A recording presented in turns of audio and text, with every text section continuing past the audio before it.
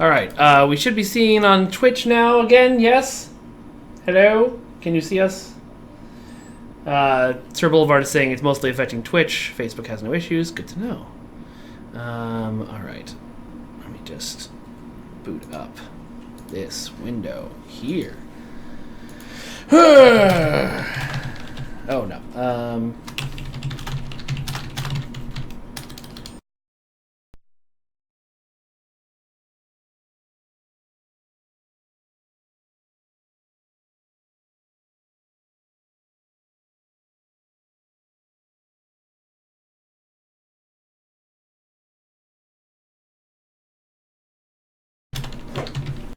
No, we switched sides on purpose because I have to fix this thing.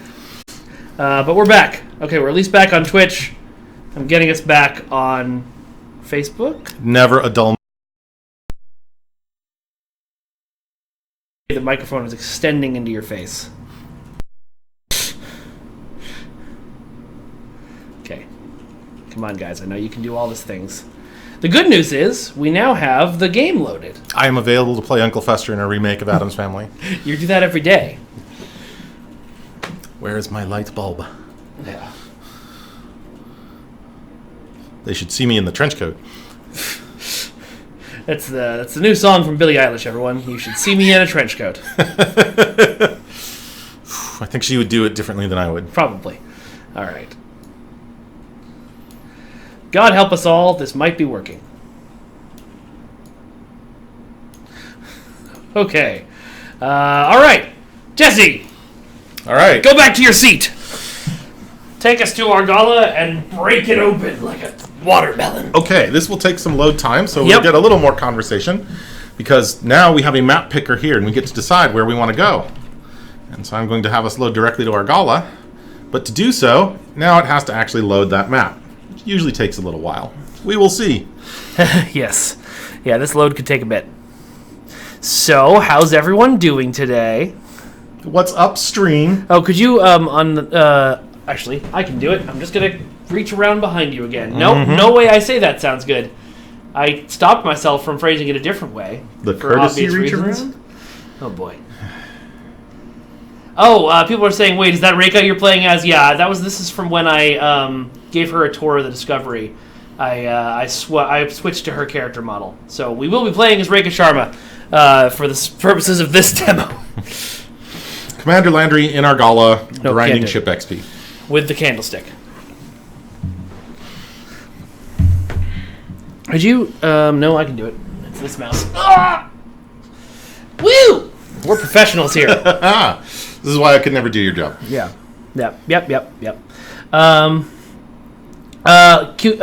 Caladrius Zero wants to know how many hours it took to remake the Deep Space Nine Social Zone.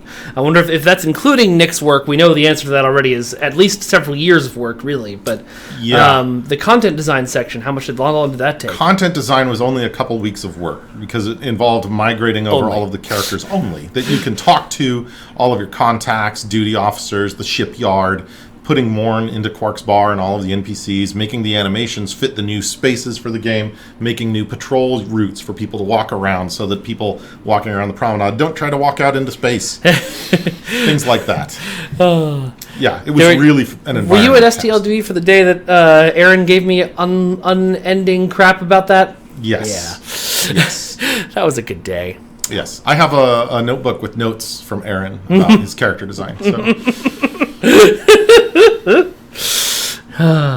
It's weird because I thought normally the directors gave notes to the actors, not the other way around. Ooh.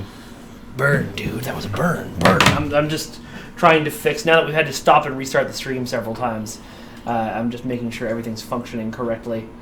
Because it looks like Facebook is still seeing our starter screen, which is confusing me, and I don't like it. It looks like we're seeing the loading screen here, though. Okay. Oh my god, MGM is making a 5th edition powered Stargate RPG?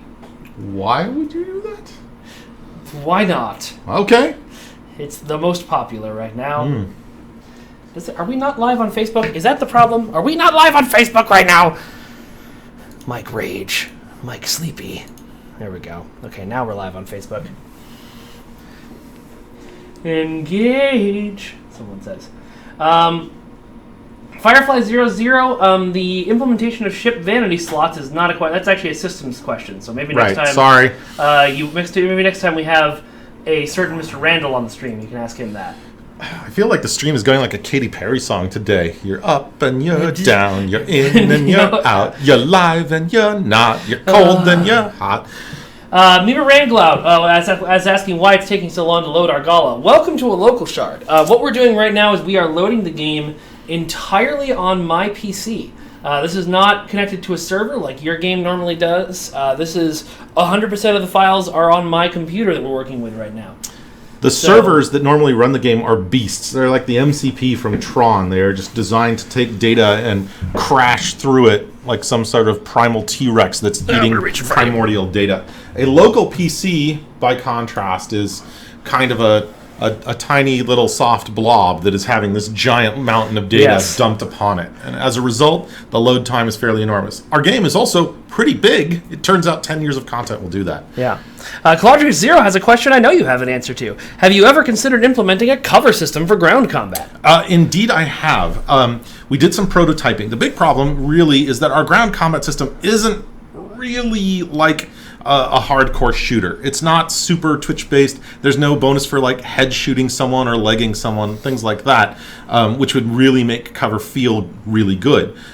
So the closest that we have is you have ray tracing that can say, oh, I can't actually draw a line of fire to this guy, so I can't shoot him.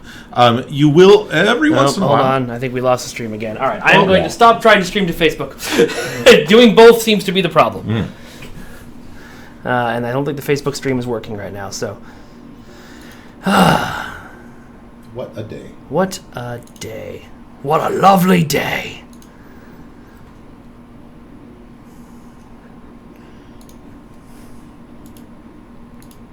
All right, tell me if we're back, Twitch.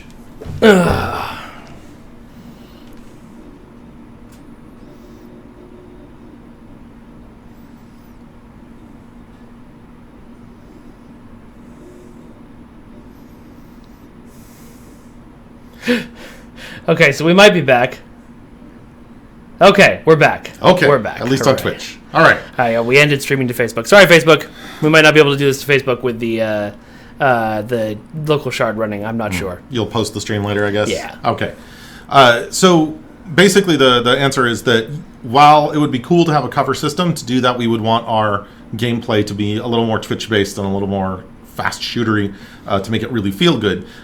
You may recall in the old TOS episodes, there's one where you're on a ship fighting Orions, and the Orions will sometimes run up behind boxes and then crouch behind them and then pop up to shoot you and crouch down again. So we can do little behaviors like that sort of give that impression. But the idea of something like the player running up to a wall and then press F to take cover and you take some sort of a shoulder cover is something that, while we could implement it, we would want to do that as part of a larger redesign of the ground combat system, which is a much bigger task than is something that I could really talk about in detail. So Jesse, before we kill this budgets window, what is this budgets window? So this budgets window tells us how we're doing with our graphical budgets. Basically, how much we're using the CPU, the computer's processor, and the GPU, the graphics card, in order to render all of the effects and space and ships and all the things that we're seeing on the screen. It's telling us how many objects we've got, shadows that are being drawn, draw calls, how much it's hitting the graphics card and saying you need to draw this and this and that and this other thing, triangles and so on. You could see all of these bars here that are moving that are green or red or yellow, or very red there sometimes, that happen when the processor is saying, oh, I'm being forced to render a lot of things. This is usually used by our artists when they look at a map to say, we're getting way too much overdraw. There's too many things going on. You have to cut down on the effects. No, not as many snow geysers.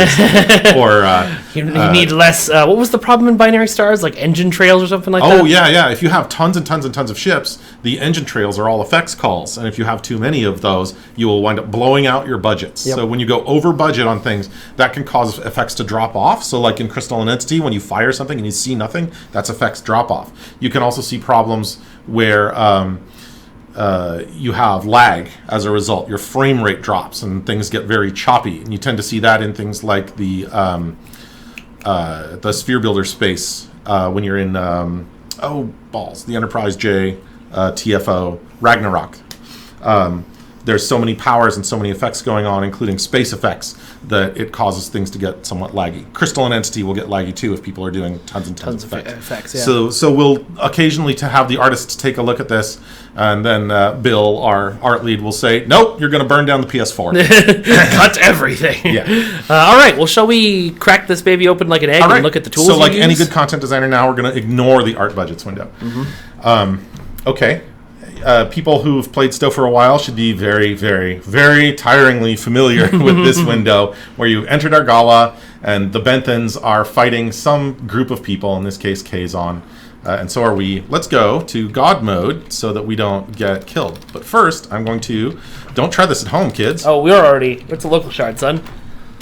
I'm going to give myself access level so I can use special commands, and now I'm going to use our console and say... God mode. But I'm already dead. Fortunately, I have cheaty commands that let me get around that. I'm going to refill all of my hit points. And eventually respawn. And... there you are. There we are.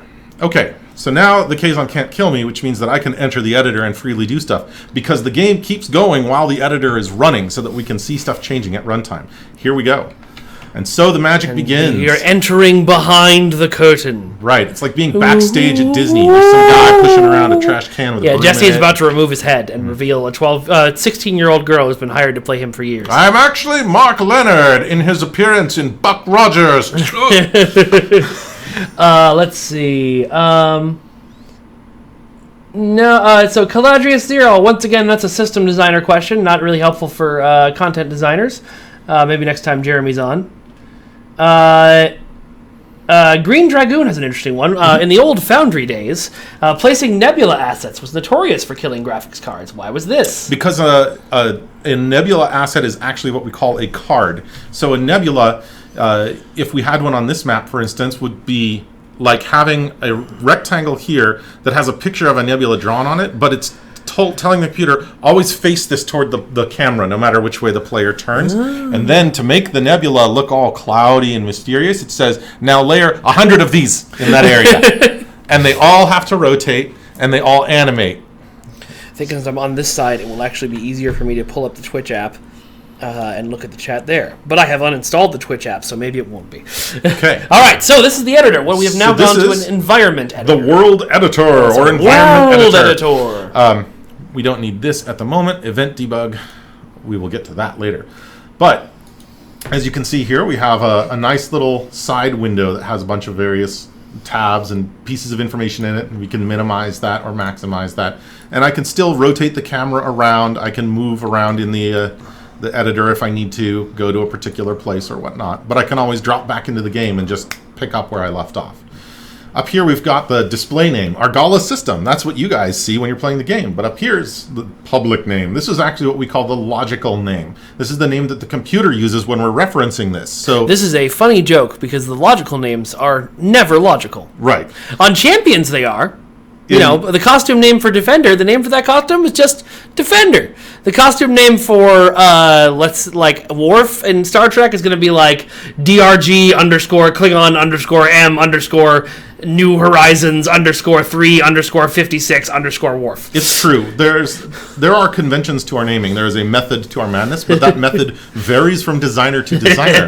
And as a result, our internal consistency has sometimes suffered. This project has been around a while. So in this case, DLT at the beginning here, this prepend means this is in the Delta Quadrant. Argala, that's the name of the system. System, this is a system map, as opposed to a sector map or a planetary ground map or a an social indoor map. Yeah, exactly. Map type, mission. We do missions here. There are other kinds of maps, as you can see, PvP, queued PvE, static map. A static map is something like Earth Space Dock or one of the sectors where you can log out, and then when you come back, you're in the same place. Got it. What is a Leviathan lobby? That is from a canceled project. Oh, the old Leviathan. Okay. Yeah. So because the Cryptic engine is shared across all of our games, sometimes other projects will make special things, and then that material winds up in the editor. We don't use it on Star Trek, but we can see it. And every once in a while, someone will get a clever way to use some technology that we had made elsewhere. Yeah. An owned map would be, for instance, a guild map or a personal ship bridge, where there's a player that owns this map, and so it draws information from that player. Oh, play your bridge officers on your bridge because you are the owner of this map. We have a start spawn point. We have a whole bunch of data here that is blank. In this case, because this particular kind of map doesn't need this sort of information. For instance, we don't have to say, treat this map as if there are always 5 players on it. It means use the actual number of players on your team. Got it. Somebody was asking, Jesse, is this a tool that was made by Cryptic, or is this a third-party tool that we use? This is totally an in-house tool. Our editors were all designed by our programmers, and it shows. Oh, he said it, not me. Yes. Don't fire me.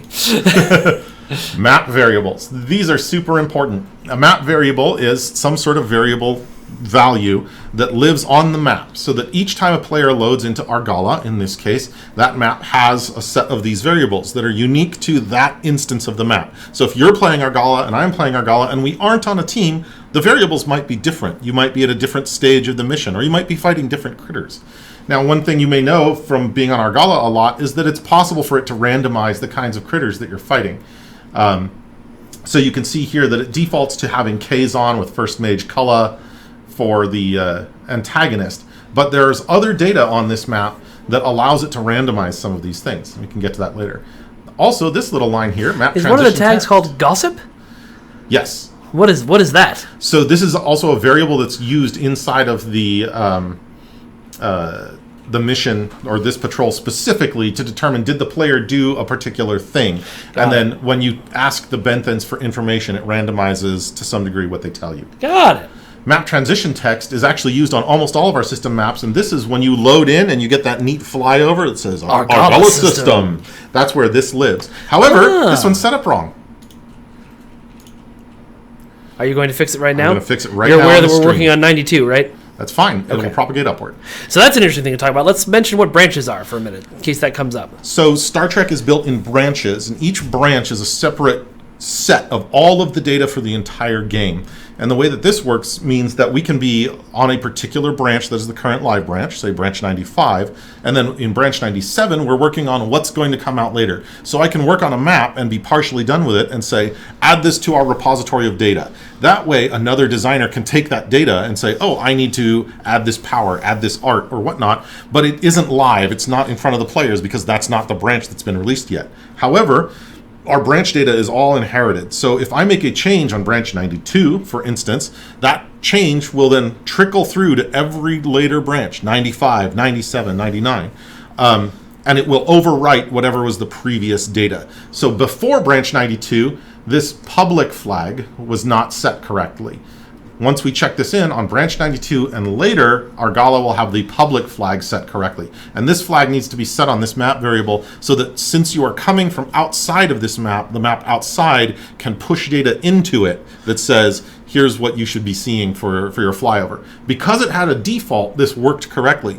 But it meant that if, for instance, we did a new mission in the Argala system and we wanted it to have a mission title, like Benthans for Days, in quotes, that would not work. And a designer would beat their head against their computer for days trying to figure out why it was that checkbox. Why are we not immediately making a mission called Benthans for Days, Jesse? Well, we could make a mission called Benthans for Days, but we're not doing Delta Quadrant content right now. We're doing Discovery content right Discovery now. Quantent? Quantent. Yes. So, like Ian Kwan. So really it should be something like Mokai for Days, or something like that. So there's plenty of variables here, ways to randomize map variables, global GAE layers. I'm not even going to talk about because I don't know what that is. We don't use it on Star Trek Online. All right, I've got a question from Augmented Dictator Games. Wraith Shadow asked, if it wasn't an insane system task, and it is, it would kill the game for like a year. What engine would you like to run Star Trek Online on? Oh, so I'm actually really happy with the STO engine. As an editor, I'm very familiar with it. I like what we can do with it. And if we need to do something else, generally the programmers that I work with are very responsive and give me the tools to do things. If I had no choice, but we had to migrate Star Trek to another engine, I would probably use Unreal. Because Star Trek has to be able to make this switch between being vehicle-based versus being a person on a 3D space-based. And Unreal has pretty robust tool sets for doing both of those. But that would still be an enormous task. Yes. Converting all of our graphics, all of our effects, all of our scripting, making an entire new backend for the networking code, being able to team play on it. absurd amount of work. Yes. It could never be done in practical terms. Yeah. Excuse me. Let's see. I'm trying to see if there's questions for... all right, folks, questions that are for systems designer or art designers are not questions we're going to be answering today. We're talking about content design. Let me talk some more about the map here while we wait for questions to come in. We have layers on a map, and this is just like Photoshop, if you're familiar with that. All of the mission information for this map is stored in this layer here, and this is going to be all of the things that are things you can click on or places where critters get spawn in information, as opposed to the geometry layer, which is going to be all of these asteroids that you see. The reasons we split these between layers is so that different people can work on the same map at the same time without destroying each other's work. Because you can check out those individual layers, right? Right. I can be working on stuff in the mission layer saying when the player clicks on this, do this thing, while the artist is working on the geometry layer saying this asteroid is garbage and I'm going to replace it with something better. Let's look at the game design editor that's associated with Argala for the mission itself. Ooh. So now we're going to take a little jaunt into mission logic. Okay. Here's another one of those fun logical names that we were talking about. The logical name Patrol for the A3 Argala Bentham mission. Arrest OM. DLT Argala System Patrol A3 Bentham Arrest OM. So, Delta Quadrant, Argala System, this is the map it's in, Patrol A3. Mission. So this is one of the patrols, and this is the subsector that it's in the Argala map, and this is what's going on. The Bentham Arrest, where the Benthams are trying to arrest someone, OM. This means open mission. And this is an interesting distinction that exists in all of our cryptic games that I'm going to talk about a little bit. Haha, take that. There are missions that are personal missions and missions that are open missions, and you can see the difference between the two of them on your mission tracker. You can see over here, I have wanted, help Bentham Squadron, answer hail, and so on checked off. This is an open mission. This mission isn't directly tied to me, it's tied to the map, and then says, oh, you're on the map, and you qualify for doing stuff, so you see this open mission. But there can be a personal mission too, which says, okay, go to this map, do everything there, and then you're done. The personal mission is the stuff that shows up in your journal and says, here's the reward that you're going to get when you do an episode. So if I were going to take one of these missions, for instance, secrets, you can see here, because we're in the editor debug mode, this is the logical name for the mission secrets. DSC, discovery mission, Vulcan secrets PM.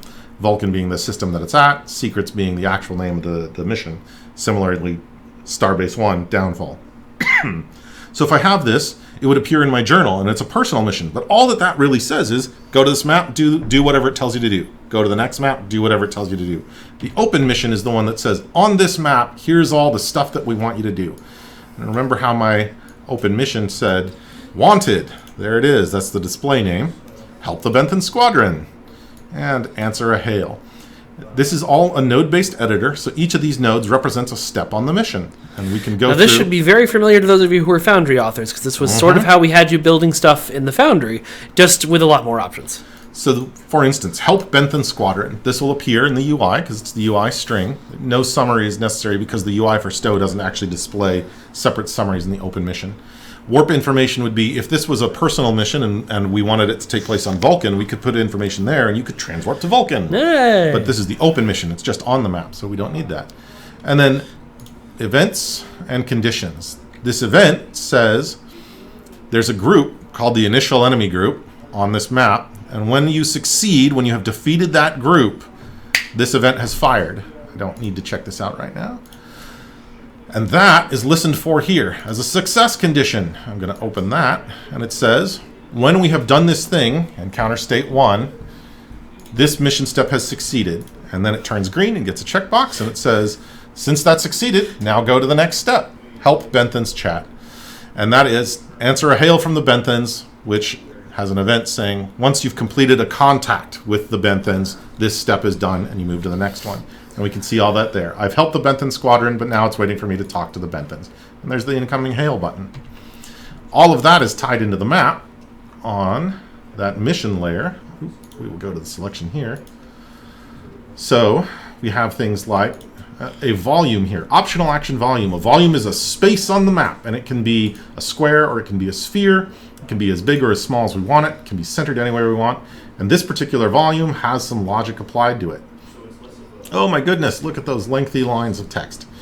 So this one says, on this volume, there's a contact. And it's the intro to talk to the Benthans for the Argala System Patrol. It says, if you are on this mission step, where you are doing the arrest mission, and you haven't done this dialogue, has recently completed this dialogue, equals 0, meaning you have not done it, then automatically, auto-execute, fire off this contact, the DLT Argala System Patrol intro. Which is the hail that we're supposed to be And that's the answering hail. now. And then there's a separate one for the Benthan chat here, and there's a separate one for the gossip wrapper at the end. And you'll note a difference in the text here. This one says open mission state in progress. So if you are currently doing the mission, this one says open mission state succeeded. So if you finished the mission And you're you're not not fighting and you haven't done this, you get some gossip from the Benthans. And that's the one that uses that gossip map variable to say, what kind of gossip do they have for you today? Oh, gotcha. I've actually never played through Argala long enough, not because I'm doing what players do and leaving, but because I only use it to show off ships and streams to get to the gossip section. So, let's see. Not too many other settings here. Here's where it gives you rewards based on your participation. So you finish the Argala map, and it gives you some bonus stuff.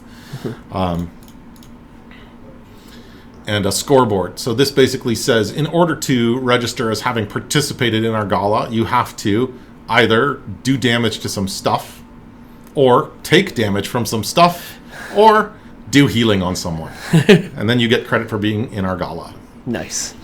Wraith Shadow, I'm pretty sure that rumor is not true. The rumor apparently on the forums way back in the day was that someone designed this engine for Champions, or several someones, and then left the company, and no one knew how to work it for several years afterwards. That is untrue, and as a matter of fact, one of the initial programmers of our engine is our current CEO, Stephen D'Angelo. That's right. So the knowledge is still in-house. And I see this come up on Reddit from time to time. People will go, oh, well, the reason that Cryptic doesn't do X, Y, Z is because nobody actually knows how the engine works, and they're all just sort of fumbling around. And I can categorically say that is not true. It's actually fascinating. If you ever get the chance, and I don't know when any of you would, but if you ever get the chance, ask Stephen D'Angelo any question about how any of our games work, because the answer is always fascinating and always comes with a really good story. Yeah. Every Champions meeting I go to gets derailed in that way. It's my favorite derailment. So I've finished that contact, and the Kazon have deputized me to defeat, or sorry, the Benthans have deputized me to defeat the Kazon and their allies. But this is interesting. The mission says defeat Mount Vardot Antagonist 1 race name and their allies. What this is a variable, one of these variables that we had over here. And so it says Antagonist 1 race name Kazon. And so Kazon gets plopped into here. And so that's set up in case you ever wanted to make it random or copy this format to make it different. If we made it randomized, then it could decide the race that you're fighting is something else. And as a result, this race name could be different. So how would you change that Antagonist 1 race to be a random race as opposed to a specifically the Kazon? There's several ways to do that. Because this is a design editor that's very long in the tooth, there's many ways to do things. Many of them involve shooting yourself in the foot. So one way that it could be done is it could be done on start of the mission. We have these actions here. On start, do this thing. On start, begin this section of the mission. We could add a section to this that says, on start, perform an expression, and that expression could say, make this thing set map variable string antagonist 1 race name. And instead of being Kazon, we can make it Breen, for instance. And if I did that, then any time that we start this mission, it's going to reset this and tell it that it's the Breen instead of the Kazon. But just for that name, because there's a variable for the name, for the variable for the headshot, and a variable for the critters that actually spawn. So now we'll be fighting Kazon, who are Breen. But if it didn't get overwritten, it would say Breen here. However, it did get overwritten because something else is already taking care of that randomization. And if I remember Argala correctly, that is probably done by what's called a layer FSM. Let's go digging and find out. Ooh, digging. Let me see if I can get some chat questions here while you dig. Augmented Dictator Games wants to know if you can delete the Herogen while you're in there. Just delete them entirely. I could, I suppose. Why do you not like the Herogen? They're so nice. They're like your space linebacker buddies. Yeah.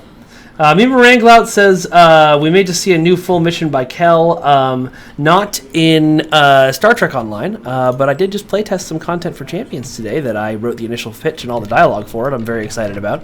We'll see when that is coming, or if that's coming.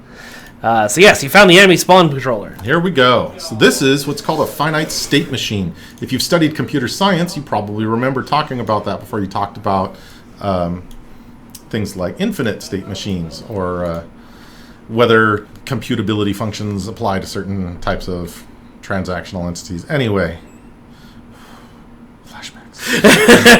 Oh God! Yes. Oh God! The numbers. So I thought I saw it too. This is a node-based controller, and it says start here. So this is where you start, and this says, okay, we start. We're not doing anything at this start, but there's a pair of exit conditions here. You can see these red is an exit condition. If this is true, it leaves this step and it goes to another step, shown by these blue lines. If this is true, it leaves this step and goes to another step. Now, what are those true things? Now, what this says is, I'm listening. Tell me. Has this encounter that's not Kazon spawned? Basically, are there critters here that aren't Kazon? It says, get everyone that's in this encounter, and that encounter is the not Kazon one, and count up how many there are. Are there more than 0 of them? And there's some in this second encounter group. Or check the ones that are Kazon. So basically this is waiting to see have the enemies spawned in. And if they have, then it says, okay, I'm going to set up some target groups. Wow, there's some logic in this one. This one says, set a variable called target group, that's here, to be a union of all of the Kazon, or the not Kazon in this group and all of the not Kazon in that group, or set it to be all the Kazon in this group or the Kazon in that group. Okay. So this says, okay, some stuff has spawned, and then it sets a target group variable, and that target group variable should be, actually it's not a map variable, it's a local variable. It stays in here. And then basically this is waiting until that target group is down to one entity. And then I had an interesting question from Picard 2010. Is the system similar to this, how you force move players if, for example, they stay in Q's Winter Wonderland after the event has ended? A little bit different. Queues have their own special back-end technology that has a timer that says, okay, when the queue has finished all of its steps, it is now in its cleanup phase, and it has 180 seconds for players to get out, or we will force them out. And that's all handled by software on the back end. However, one could do something like that with a layer FSM like this. For instance, we could say on entry, get all the players that are on the map, get all map players, and then warp player enter A to nearest spawn point. And that would send everybody that's on the map to the nearest spawn point on the map. Or get all map players. Let's see. What's another You'd good probably example? warp them to the system, right? In that case, if you're trying Well, to if get we them want to off warp the people map. to the system, that's a little bit different, and we wouldn't do it through a layer FSM, but I'll show you how we would. Yeah. So, this selection here has, for instance, the optional action volume. I'm going to open this up for editing. Hello to Betty Badaz's 10-year-old son, who wants to be a game developer and is watching this process. That's awesome. Hello. Yeah, being a game designer is pretty rad. Yep. It's a good You choice. get to hang out with people like Jesse all the time, which is a plus. And he's now going to make a self-depreciating joke. Wait for it. 5, 4, 3, 2, 1. Oh my God, the self-control. I'm so proud of you. Steam comes out of ears. Okay. So, for instance, this optional action volume here, you may remember this one because we were looking at this having all of the contact information on it. But that's not the only thing that you can do on a volume. On a volume, we can also do things like place powers or special conditions. And, oops, I accidentally selected something else. Oh, no. Volume information. So this volume is currently made to be a box, and you can sort of see the boundaries of the volume here. There's a line down the screen there. And this is a very big box because basically we want it to be anywhere on this space map. If you're doing the open mission stuff, you get the Hales from the Kazon and the Benthans and the whatnot. But if we wanted it to kick players out of the map, automatically, we could say something like warp. Come on, think harder. No! Oh man, Editors don't so hard. Don't save that change for the love of God. Could you imagine? No, we will undo that change. Guys, our gala is warping us. And This volume exists right now in Memory Alpha, because I've tried to go there before to see what you guys were all talking about. And there's a nice, lovely volume over the whole map that says, if you are here, you will leave now. Yep, that's how we force people out of the old DS9 as well. Yeah. And so we could say, if you are in this warp volume, you get warped to the Delta Quadrant, which we just did. Are you capable of purposefully putting the ground version of the player character in space? Only for cutscenes. Okay. So this is something that I was going to talk about as well, is that maps have a characteristic called regions. And this means that we can define an area of the map and say, this is on the ground, or this is in space, or this is sector space. And you might use multiple regions on the same map so that we can do something like have you move between decks of a ship. And you're on the bridge, and then you're on deck 3, and then you're on deck 10, and each of those is on the same map, so it doesn't have to completely load a new map. Yes. But you can't see one from the other. If I'm looking out the bridge, I can't see deck 3, Floating in space. Even if it's just right over there, because it's in a different region, the engine says you can't draw this if you're not inside of that region. And then the rules for how the system works depend on what region you're in. So if you're in a ground region, it uses the ground version of your captain. If you're in a space region, it uses the ship. Cutscenes allow us some special functionality where we can say, get the costume from your ground or space version of your character and show it. And that's how we did that Chicanery and the Sela episode, where you're seated at a conference table and your ship's on the view screen. Got it. And so that would also, the way, if we wanted to do a mission where you were EV suiting in the depths of space, you would just make a ground map with a space sky file then. Exactly. So it would be just like when you're spacewalking on DS9. It's a ground map, but it looks like you're out in space. And we could do something similar to, say, the Elite Force 2 episode, where you're on the underside of the hull of the Enterprise, walking across it, shooting dudes while you're in an EV suit. Sorry, I'm just looking at chat where Alan said, press F to pay respects for Memory Alpha, and then the whole chat just went, F! Yeah. I have plans for Memory Alpha, but they might be sidelined. I don't know. We'll find out. Plans within plans. So let's see. Race Shadow, that's a very interesting question. He wants to know if we could ever do a mission like how in Neverwinter there are giants off in the distance staring at you. Could Pew put us in a fishbowl? As I understand, that's mostly feasible, right? Yes. So stuff that's in the distance looking at you, or that you can see, is part of a sky file, and sky files can be animated. And the sky file is basically the background. So if you're, say, standing on a planet where it puts you on top of a mountain, and you turn around slowly, and you see all these hazy fields and forests and mountains in the distance, that's a sky file, and it's just made to basically be a wrapper that sort of surrounds the map. You can never actually get to it. It's just out there. Similarly, in space maps, all of the stars and most of the nebulas and things are sky files. You see them off in the distance, but you can never actually get there. A great example of this is the gas giant in Alpha, is part of the sky file. So you can see this massive gas giant hovering over you, but you can't actually fly to it, unlike some of the missions where you can actually fly up to a planet. Same with the binary stars in Binary Stars, right? Exactly. It's part of the sky file, although we put a black hole in them so that you would die if you flew too close. Right. So the sky file could have a bunch of figures that are staring down at you. If we wanted to do something like putting your starship in a fishbowl, we would make a special map where there's a sky file that has these critters looking at your starship.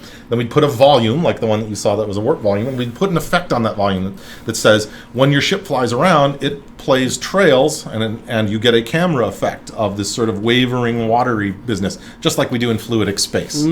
Okay. Can you animate sky files to make Q staring at you move around every now and then? We can, and Neverwinter was mentioned, and they do that in Neverwinter when you're playing. There's an event where you are a miniature on a table, and then all of the characters in Neverwinter are playing D&D. Oh, yeah. And you can see the Dungeon Master in the background, and they can move and animate and go through a loop of things. Gotcha. All right. What did you do that caused the map to reload? I warped out to the Delta Quadrant. Oh, that'll do it. I did exactly the thing that we said we should not do. So this should be on your C drive, and I'm going to undo those changes. Oh, we're in branch 87. No, we're not, but it's called 87. Ah, I see. Yeah.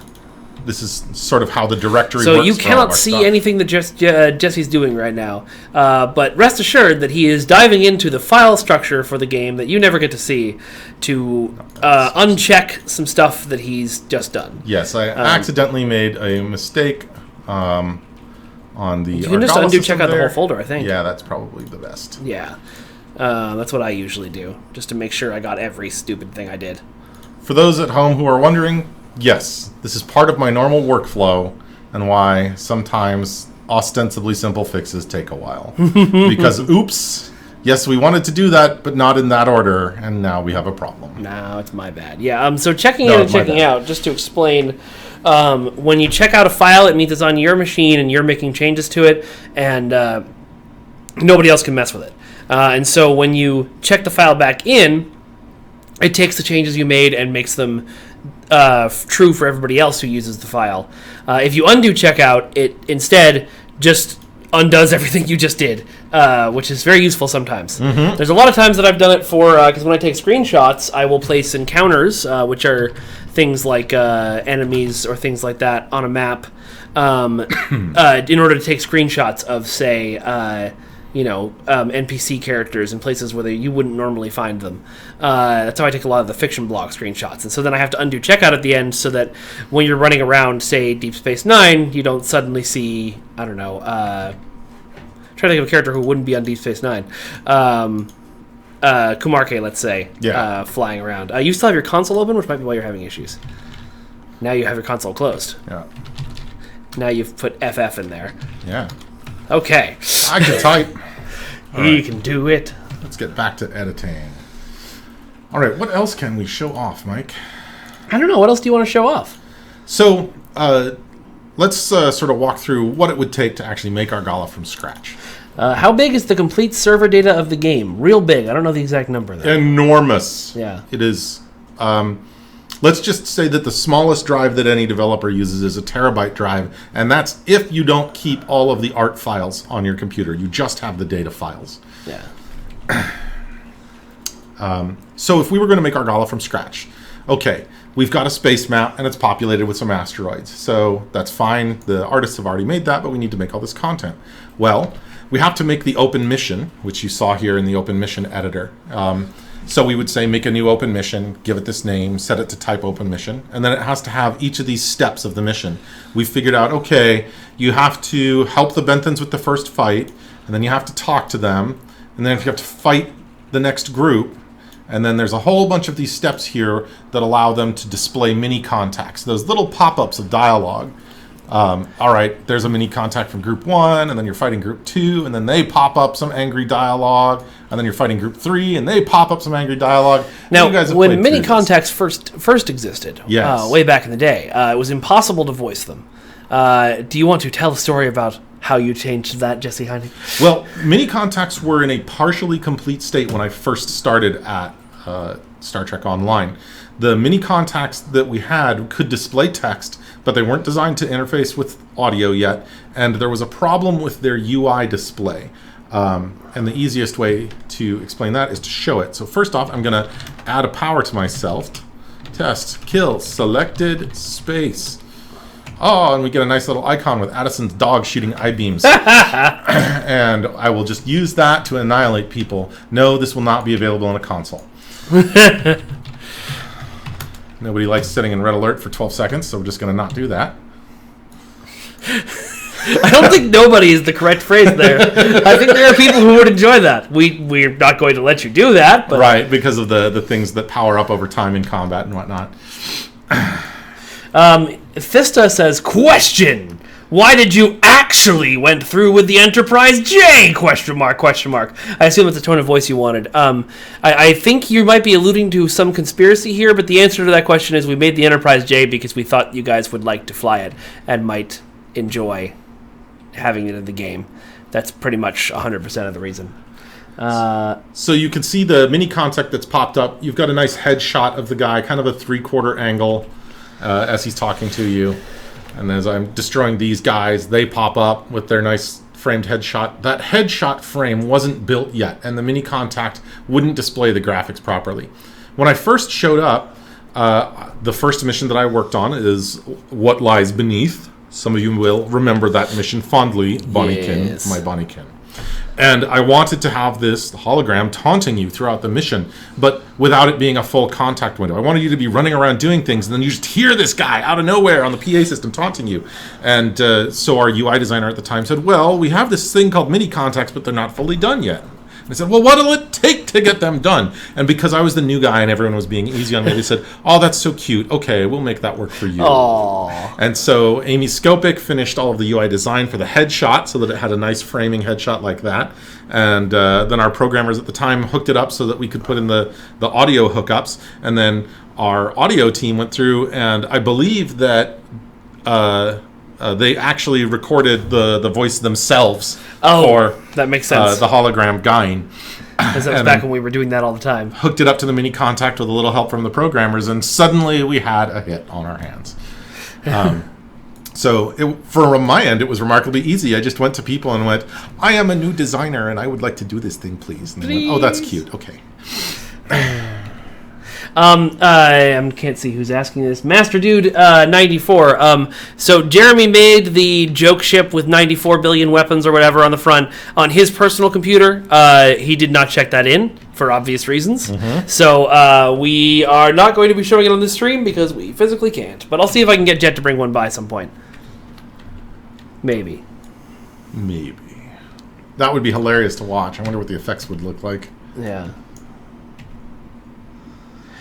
Here's a bug report for you. KDF Jem'Hadar still can't take any of the KDF PvP daily quests or Empire Defense missions. Remember Jesse fixing this for KDF ROMs. Can you fix it for KDF Jem'Hadar? Yes, that was previously reported, and it's basically just a matter of having enough time in the day to do it. So this cue people on the stream screeching about how I should be fixing bugs instead of doing this. So I just finished defeating all the attackers, and so this is all the stuff that we see in the mission editor, where it says spawn these attackers, and you fight them, and then when you've defeated them, on success, show this mini contact, showing that this guy's been defeated. And now the mission has a wrapper at the very start here. So it says, once you have done this last thing, all the stuff, this entire mission is successful. And when this whole thing is successful, first off, give rewards to the player based on these reward tables, using some scales, grant all of those rewards automatically. And then it says, we are done. Now, there's some missions have a return and some do not. This says needs return true, and what that means is when you succeed this mission, it says this mission has succeeded, but it's not going to just pull it away and clean up everything in the UI. It's going to go to return text, which says depart system, which is right here. So everything else cleaned up, and now it's letting me go back to the Delta Quadrant, which I just accidentally effed and did again. Press F to pay respects. Thank you. Press F to warp out. Yeah. All right. All right. You guys are throwing bugs my way, but I can't read chat that well from here. My eyes ain't that good, so I'm not going to be reading bugs right now. Okay, that's a systems question, so you say. So I'm not going to ask Jesse that because he's not a systems designer. I mean, occasionally I'm a systems designer, just not this week. Yeah.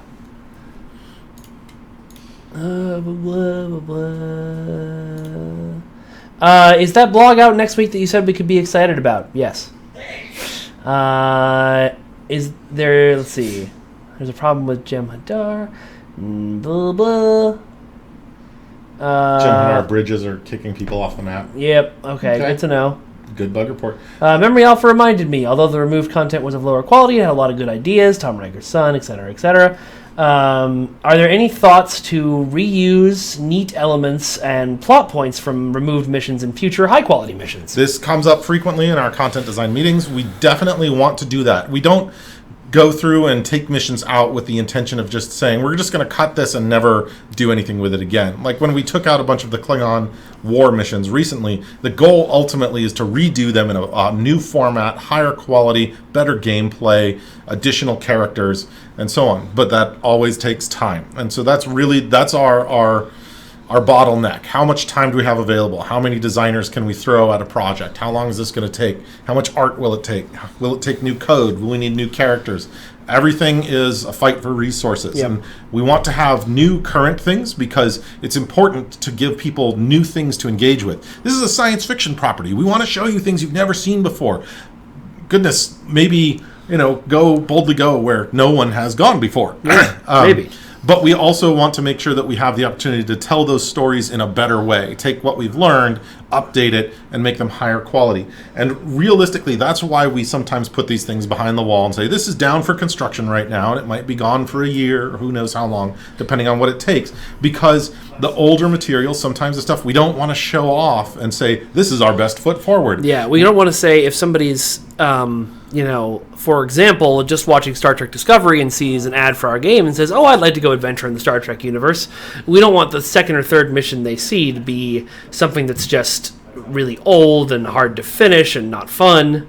Right, and as we've gained new technology and added it to extend the engine, we get things like the nice waypoint markers that make it easier to find things in space, or mini contact technology, or better audio, or new animations like you've seen from Weston. And so we want to put those things front and center. Very, very old missions don't have that, and so we need the time to go back and retrofit them and make them stand up to that level of quality that we're really trying to reach now. Yeah.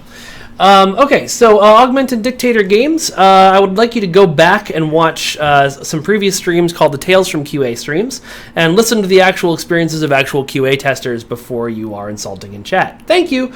All right, so for Jesse, from idea conception to content loft, what is your average time taken to completion? How long does it take you to create new content?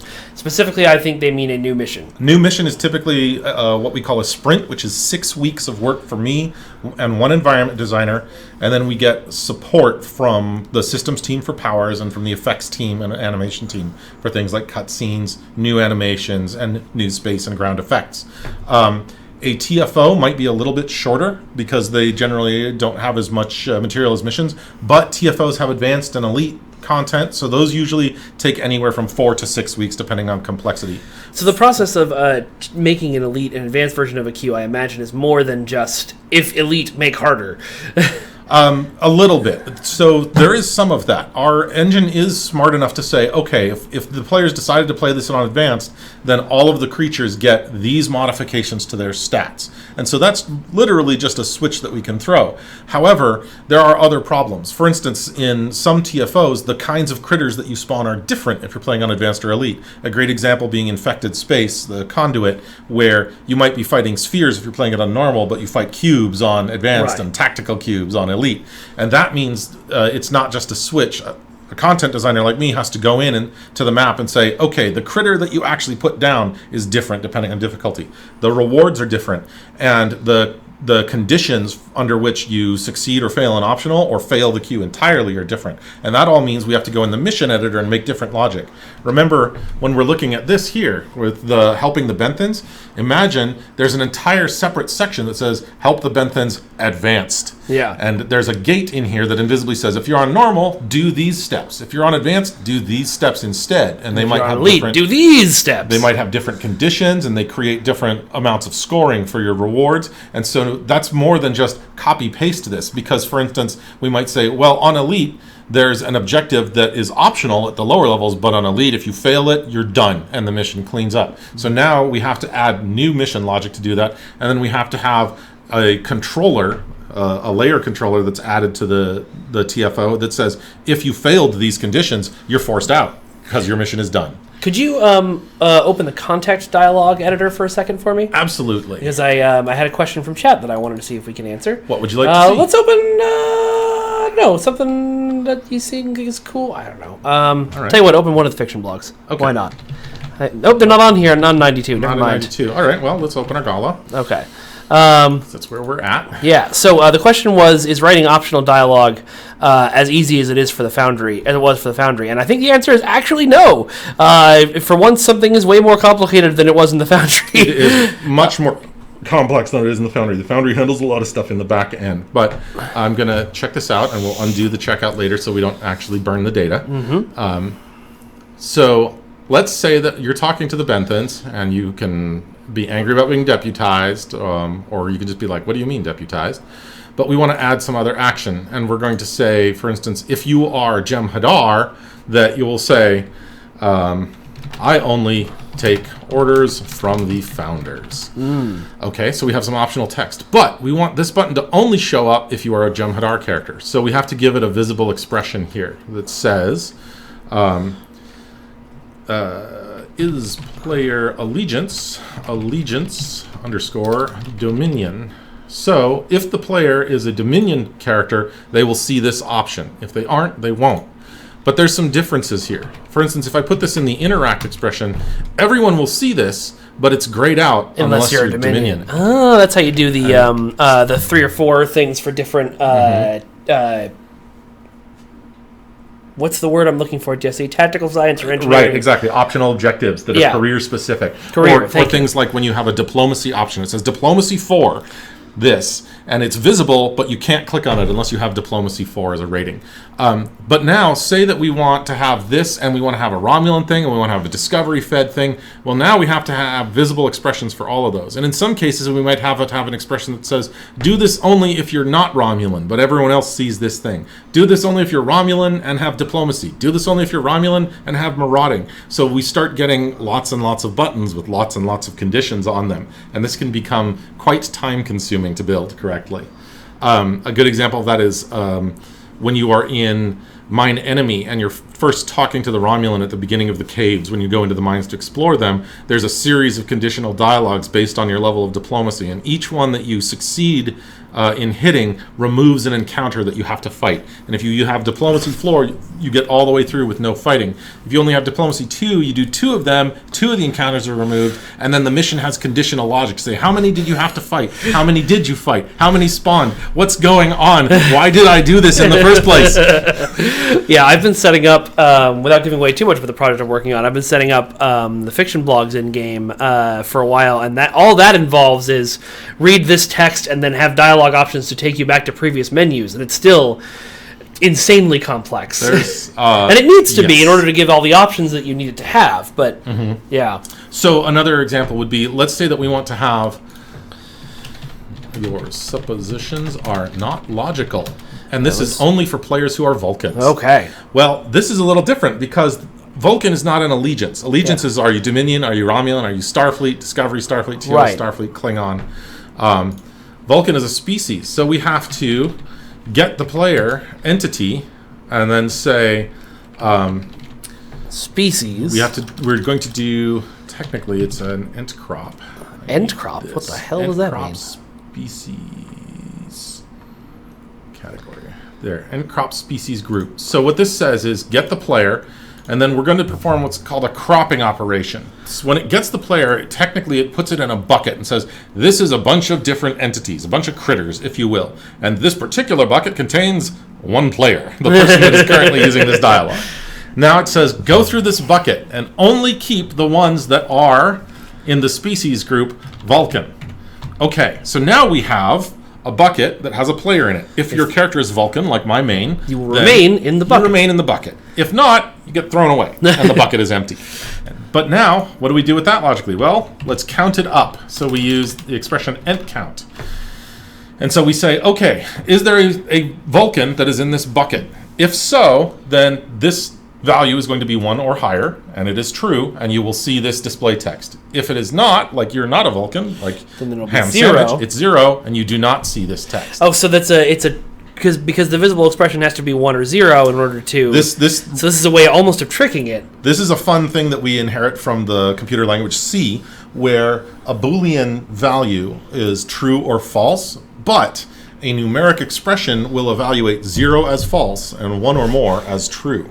Meme Ranglout says, STO is text adventure game confirmed. So this is why it's somewhat uncommon for you to see species-specific dialogue. And when we put it in, we try to make it something that really matters. For instance, when you're arguing with the Cardassian ambassador, if you are a Bajoran, you get special arguments in surface tension, is it? I believe. I think so.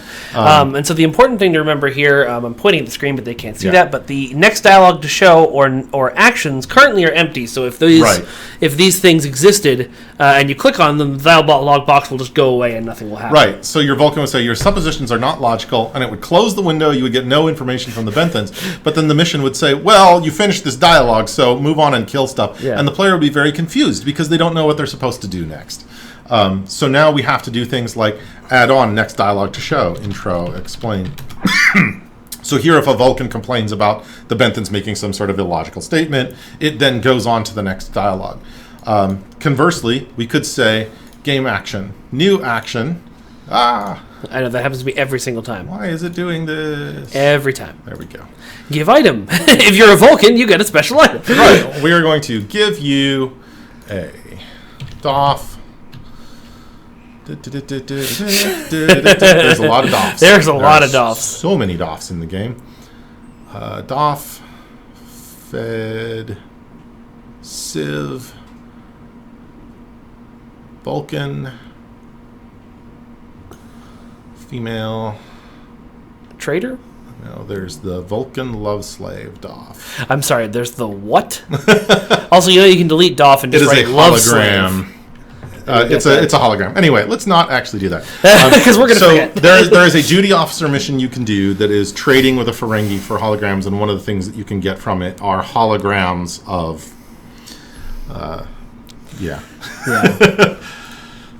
fun times. Mima Ranglout says, tardigrade DOF, once we program them, sure. Did Jesse say that if the game is based on the C or C++ language?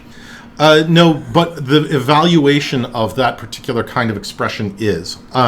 C and C++ are used for a lot of the coding underneath the hood, but the expression editor that we use here obviously is an interpreter that programmers wrote so that it can say, get this information off of a character, do these transformations on it, return some sort of a number that we can then compare. But the way that this evaluates to true or false is the same way that the language C handles true or false evaluation. If you send a number over to an expression in C, it will consider 0 to be false and 1 or more to be true. Okay, Cthulhu, I am trying to lean in and read your question that you've posted several times. Any rewards in the game are not married to a mission. I think that's the mistake that you're making here. So, like, the Wharf Cosmetics are a reward for a mission, but the items in the game exist in another way. If we wanted to give them away as a reward for something else, we could without too much work. It's just not something that we've done recently. We do like rerunning that mission for anniversaries, though, so I'll see if we can maybe do it again. The answer is also a little more complex than the question suggests. Giving costume unlocks is a little bit funky because there are multiple ways to unlock a costume. You can unlock it by giving a player an item. You can unlock it by completing a perk. You can unlock it by giving them some sort of account key. You can unlock it through a microtransaction. And any given costume might be unlocked through different ways. So, for instance, the Wharf costume unlock that you mentioned there, that is the TNG Wharf Cosmetics, might be unlocked as a result of a mission giving a player an invisible token, and then the costume says, if you have this token, you can do this. Or it might be a perk that gets completed, what you guys call accolades, that says you did this accolade by playing this mission, and as a result, this costume is now unlocked. So while we could give the unlock in another way, we would have to go in and change the costume to say, this is your new way of unlocking, make sure it doesn't break the old way of unlocking things, and we'd have to know what that way is in the first place. So it involves digging around in the data in order to find out how was this set up 7 years ago, and then updating it without breaking it for people who already are supposed to have it. Yeah. Let's see. You're welcome, Cthulhu. Specifically, I will say with regard to the Borg accolade costumes, we are working on some options for that. That's been a current thing. I can't give you a timetable for when something is going to change, but it's something that we have been working on. Cool. All right. Well, folks, why don't we switch back? Let's switch seats again, and then we have a few more minutes for questions, and then I will let Jesse get back to work, and I'll shut this down so maybe we aren't sucking up quite so much space on the computer now. Close everything down. It's nice to have one button that just shuts everything down. It's like the kill all button. Yeah. Hey, you want to look at some fan art while we wait? Absolutely. Great, cool. I always love fan art. I will switch this out so that we're not reversed anymore. Why do I always sing the Kirby song when I'm doing something? I don't know. First video game I ever beat. That might just be that from my childhood. It could be. It's probably a generational thing too. Yeah. Like for me, I always wind up going to Girl from Ipanema because I'm old enough to have been stuck in elevators before video game theme songs were a thing you got stuck in your head. All right. So Eximus sent us 4 pictures, all from cutscenes, I think, but they're very cool. I like this one a lot. This is from one of the cutscenes that Weston just recently redid. And this is from the second Landry mission, which I always forget the name of. That's Impossibility of Reason. Impossibility of Reason. Impossibility of Reason, it gets its name. I'll explain now. Please do. This is from a quote from the movie Platoon. Charlie Sheen's character at one point, while he's bemoaning being stuck in Nam and nothing makes any sense and they're just killing people and everything's terrible, he says, someone once wrote, hell is the impossibility of reason. And that's where we were, in hell. Okay. What's the plausibility of the possible? Plausibility of the possible was a reaction to that Ryan wrote, because the impossibility of reason was supposed to sort of be this representation that you were in a situation where nothing made sense and everything was terrible and it was impossible to figure out what you were doing or why things were happening and how to get your bearings. Plausibility of the possible was the flip side of that, where everything was possible, where things were terrible but you knew how to face it, where we got to see Prime, Lorca, and Landry at their best, being the people that you felt maybe can make a difference when everything seems terrible. Sorry, the laugh was Duncan Idaho has a suggestion for our next Pathfinder adventure, which is that the crew must escape the Q realm using STO editor logic. Ryan and Paul would be very good at that. And so new characters then. Yeah. And here's some lovely. That's a really cool way of using the Discovery helmet and some shoulder pads and stuff. I like that. Very, very something. I'm not sure what it's reminding me of. Anyway. It's kind of Daft Punk. And here's a neat shot of his ship, the USS Extinction. And finally, we got these shots from Chaos by Design this week, who I've seen them all over Twitter and Reddit already, but he made phone backgrounds for each of the 4 factions. I think based on the... based on Brain. Brain, what is Brain? What is Brain? What is Brain? Based on the Declare Your Allegiance campaign we did last summer. Right. But I obviously modified because his backgrounds are cooler than mine. That's wonderful. Yeah, that's awesome. Cool. All right, well, guys, we're gonna head out here, but there is one more thing I wanted to show you before we go, and it's gonna take me a second to pull up here. So, in the meantime, Jesse is going to do the Macarena. Oh, how does that one go again? I don't know, but you don't need to stand up. Oh, I thought I did. No, it's not necessary. Okay. Oh, hey, apparently there's a Starfleet logo on Mars. On Mars, yes, on Mars. I saw. So that's great. Is the alien race ever getting the tail option? Is not a question for a content designer. Let's see. Have we ever had a fan-made anything that we wanted to put in-game but couldn't? So when we did the Design the Next Enterprise contest, we had a ton of really good ships, but it was really coming down to sort of like what's going to be the Enterprise. And there was some talk for a while with the art team about, well, what if we could use some of the runners up as other designs? But I don't think that materialized. Yeah. All right, cool. Let's see. I'm pulling this up.